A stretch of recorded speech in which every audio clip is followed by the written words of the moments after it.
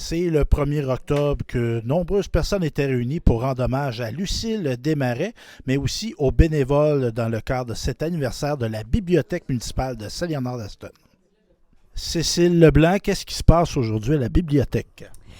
Aujourd'hui, on va faire l'inauguration d'un panneau hommage à Mme Desmarais, dont le nom est à notre bibliothèque ici depuis 2006.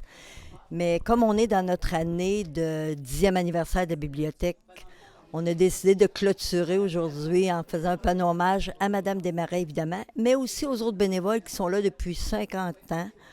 Fait que vous allez voir, à 11h30, on va commencer à rencontrer les personnes qui sont de la famille, avec aussi les gens qui ont gentiment fourni pour pouvoir bâtir ce beau panneau. Fait qu'on va, avec les bénévoles, clôturer notre année du 10e anniversaire. Et en quoi c'est si important d'avoir des bénévoles pour faire vivre une bibliothèque municipale? Parce qu'il faut quand même donner beaucoup d'heures d'ouverture. Puis si les gens, on n'avait pas de bénévoles, bien possiblement que la bibliothèque elle sera ouverte encore moins souvent. Et c'est la culture. On est justement aujourd'hui dans les journées de la culture.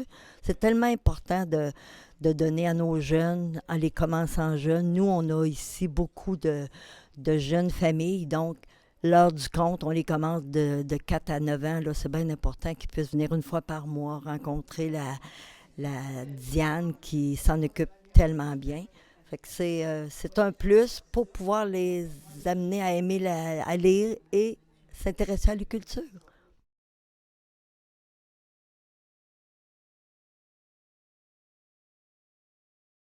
Laurent Marcotte, maire de Saint-Léonard-d'Aston, on a une belle inauguration aujourd'hui. Bien, dans le fond, on dévoile quoi, Laurent? Aujourd'hui, on dévoile une affiche pour remercier les fondateurs de la bibliothèque et ceux qui ont contribué. Ainsi, en même temps, remercier tous les bénévoles qui sont une pépinière à Saint-Léonard, dont la bibliothèque qui vit avec ses bénévoles.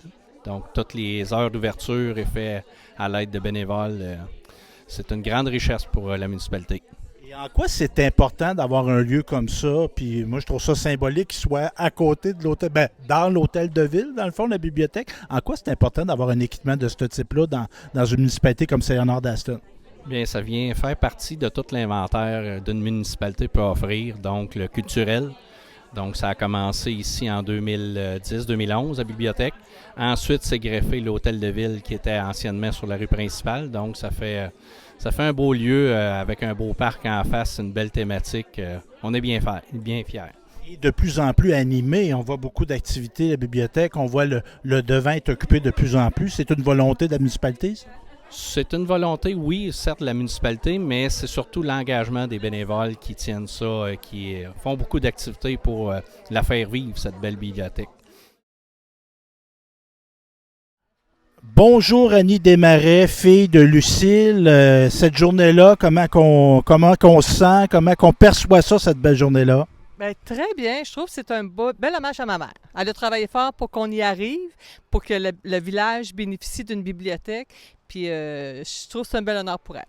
Évidemment, le temps passe. C'était quel type de femme, votre maman? C'était en plusieurs mots, j'allais dire en quelques mots, mais en plusieurs mots, c'était qui ça, Lucille P. Desmarais? Déterminée, fonceuse, les idées bien à sa place et généreuse. Oui, donnait beaucoup de temps aux autres. Et pourquoi c'était important pour elle, la culture, l'accès au savoir? Et elle était enseignante d'ailleurs? Pour tout ça. Parce qu'elle était enseignante, elle croyait que les idées formaient la tête, formaient la jeunesse, formaient tout un ensemble.